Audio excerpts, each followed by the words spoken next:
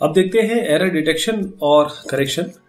तो इसको दो तरीके से देखा जा सकता है, किया जा सकता है। यदि मान लीजिए कि एरर डिस्कवर किया जाता है रिसीवर पर, तो रिसीवर ये कह सकता है सेंडर को कि आप एक काम करिए, जो डेटा आपने ट्रांसफर किया है या डेटा यूनिट हमें भेजा है उसको आप रीट्रांसमिट कर दीजिए।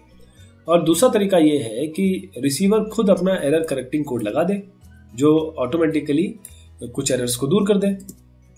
तो अगर सिंगल एरर करेक्शन करना है तो पैरिटी बिट आपको लगाना पड़ेगा। और सबसे बड़ी बात यह है कि इसमें हमको देखना पड़ेगा कि इनवैलिड बिट कौन सा है, कहाँ एरर हुई है। तो अगर ASCII कोड की बात करें जो कि हमारा 7 बिट का कोड होता है, उसके लिए हमारे पास 3 बिट का रिडंडेंसी कोड होना चाहिए। अब वो कैसे होता है देखिए, मान लीजिए आपका ये M बिट्स आप भेज रहे हैं और ये R बिट्स है। M बिट्स तो एक्चुअल डेटा बिट्स होंगे। देखिए रिडंडेंसी बिट को आप भूल जाइए क्योंकि ये कुछ होता नहीं है, ये तो केवल एरर करेक्शन के लिए डाला जाएगा। आपका मतलब केवल इस M बिट से होगा। तो ये डेटा बिट्स है, तो M बिट्स हमारे एक्चुअल बिट्स है, R हम रिडंडेंट बिट्स या फिर पैरिटी बिट इसमें डालेंगे, तो कुल मिला के M+R जाएगा। तो उसका तरीका क्या है समझिएगा। यदि आप M डेटा बिट्स भेज रहे हैं और R आपका क्या भेज रहे हैं, रिडंडेंट बिट्स भेज रहे हैं, तो कम से कम M+R+1 डिफरेंट स्टेट्स इसको इंडिकेट करने चाहिए। और अगर इसको जो मैंने आपको बोला है उसको हम एक एक्सप्रेशन में लिखें तो 2 to the power R ये बड़ा होना चाहिए M+R+1 से। ध्यान दीजिएगा, मैं इसको एग्जांपल करके बताता हूँ आपको। जैसे हम ASCII बिट की बात कर रहे हैं, क्योंकि नॉर्मली ASCII बिट्स या 7 बिट हम भेजते हैं, तो 7 बिट हम भेज रहे हैं, तो देखिए ये किसके लिए सेटिस्फाई करेगा, 3 के लिए करके देख लीजिए। 2 की पावर 3 या RT होता है, और यहाँ पर आप जो भी आप नंबर देंगे अपने ASCII को ये सेटिस्फाई नहीं करेगा, क्योंकि 7 + 4 + 11 ये आपका हो जाता है 12। तो ये 12 है और ये आपका ये 4 पे ही सेटिस्फाई करेगा। तो अगर आपको ASCII बिट या 7 बिट का डेटा है आपका, तो कम से कम आपको 4 बिट जो है वो क्या चाहिए, रिडंडेंट बिट चाहिए। देखिएगा आप ये सारे कॉम्बिनेशन बन रखे हैं, इनको आप याद कर लीजिए या तो अभी फिलहाल के लिए देख लीजिए। धीरे धीरे आप जैसे आप करेंगे इस पे और प्रॉब्लम्स तो आपको समझ में आ जाएगा। अगर एक बिट है तो आपके 2 रिडंडेंसी बिट होनी चाहिए, जैसे मैंने आपको बताया अभी 7 के लिए 4 होने चाहिए। ये सारे कॉम्बिनेशन है। अब हैमिंग कोड देखते हैं। हैमिंग किस तरीके से एरर को डिटेक्ट कर सकते हैं, और उसको पहले तो डिटेक्ट करेंगे उसके बाद उसको ठीक भी करेंगे। तो उसके लिए देखिए आपके पास कितना 7 कितना था, 7 ASCII बिट थे, और आप इसके साथ 4 क्या कर रहे हैं, रिडंडेंट बिट भेज रहे हैं। 7 और 4 कुल मिला के हो गए 11। तो आपको 11 के डब्बे बनाने पड़ेंगे।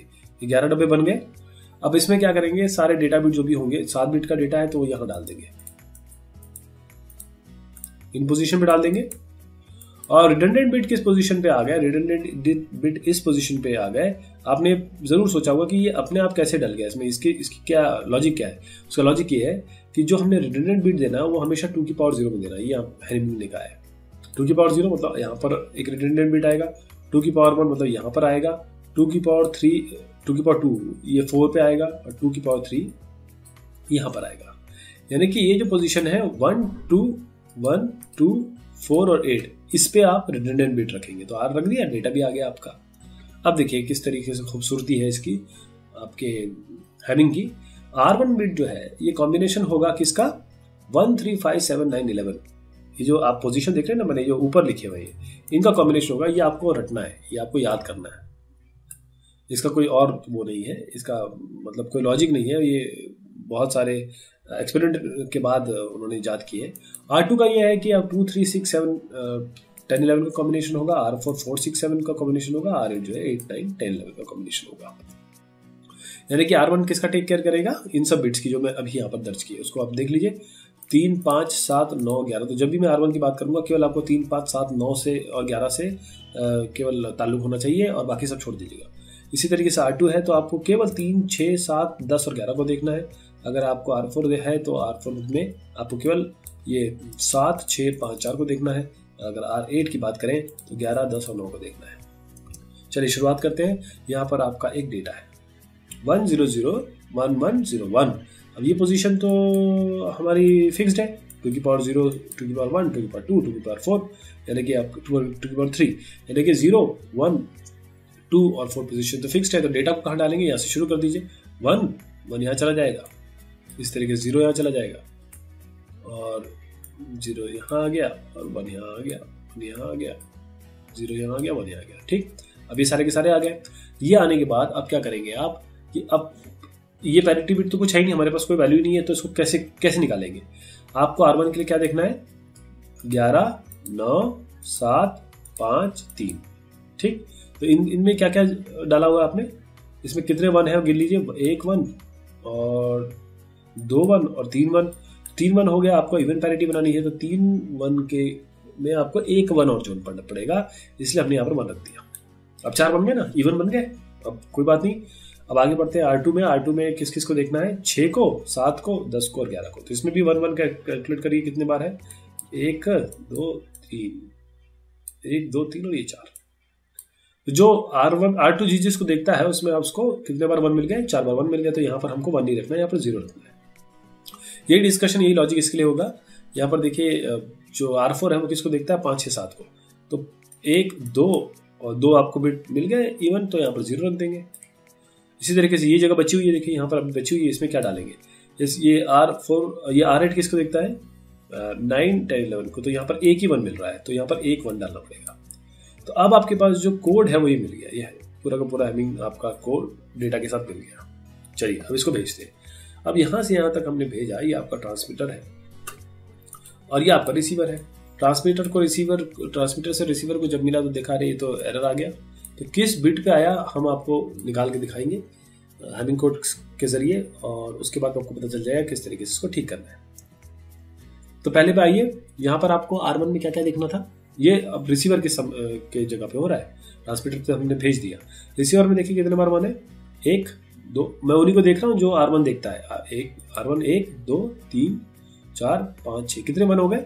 1, ये 1 हो गया और ये आपका 2 हो गया, ये 3 हो गया। अरे ये तो 3 ही 1 हुए, हमें तो इवन चाहिए। तो हम क्या करेंगे? यहाँ पर 1 लिख देंगे, मतलब जो जो इनसे निकल के आएंगे वो यहाँ लिख देंगे 1। इसी तरीके से अब इस पे आइए, यहाँ पर वही नंबर्स जो ग्रीन वही है, जो ग्रीन में है वो वही है जो केवल R2 देखता है। R2 देख रहा है 1 2 3, इसमें भी 3 ही 1 है। एक और 1 डालना पड़ेगा इवन के लिए, तो हमने यहाँ 1 डाल दिया। अगले में आए, यहाँ पर भी ऐसे ही हुआ, अरे 1 है, यहाँ पर एक ही 1 है तो एक और 1 यहाँ पर डालना पड़ेगा, हमने यहाँ 1 लिख दिया। यहाँ पर आए हम, हाँ यहाँ पर चलिए हमको 2 1 मिल गया, तो यहाँ पर हमको 1 लिखने की जरूरत नहीं, हम यहाँ पर 0 लिख देंगे। तो हमको अल्टीमेटली मिला 0 1 1 1। ये मिलते ही हमने देखा कि इसका बाइनरी नंबर निकालिए, ये 7 होता है। तो अब आपको समझ में आ गया ये 7वां पोजीशन गड़बड़ है। तो the 7th position is where the error lies. This is the 7th position, देख लीजिए आप। 1 2 3 4 5 6 7, इसको ठीक कर दीजिए, ये ठीक कर देगा। कितना आसान है। इसी तरीके से मल्टीपल बिट एरर करेक्शन भी होता है, जो रिडंडेंसी बिट जो है उसको आप कैलकुलेट कर सकते हैं ओवरलैपिंग सेट ऑफ डेटा से, यूनिट से, और इसको मल्टीपल बिट की एरर को ठीक करने के लिए भी यूज कर सकते हैं। जैसे फॉर एग्जांपल अगर आपको डबल बिट एरर यूज करना, डबल बिट एरर आपको ढूंढना है, उसको ठीक करना है, तो आप 2 बिट को एक कॉम्बिनेशन लेंगे और मतलब जो भी कॉम्बिनेशन है उसमें 2 बिट ले लेंगे। तो ये भी तरीके होते हैं। रीड सोलोमन कोड वगैरह जो है वो इसी को टेक केयर करता है। तो ये मैंने थोड़ा बहुत आइडिया दिया आपको एरर डिटेक्शन और करेक्शन का। बहुत शुक्रिया, बहुत मेहरबानी आपकी।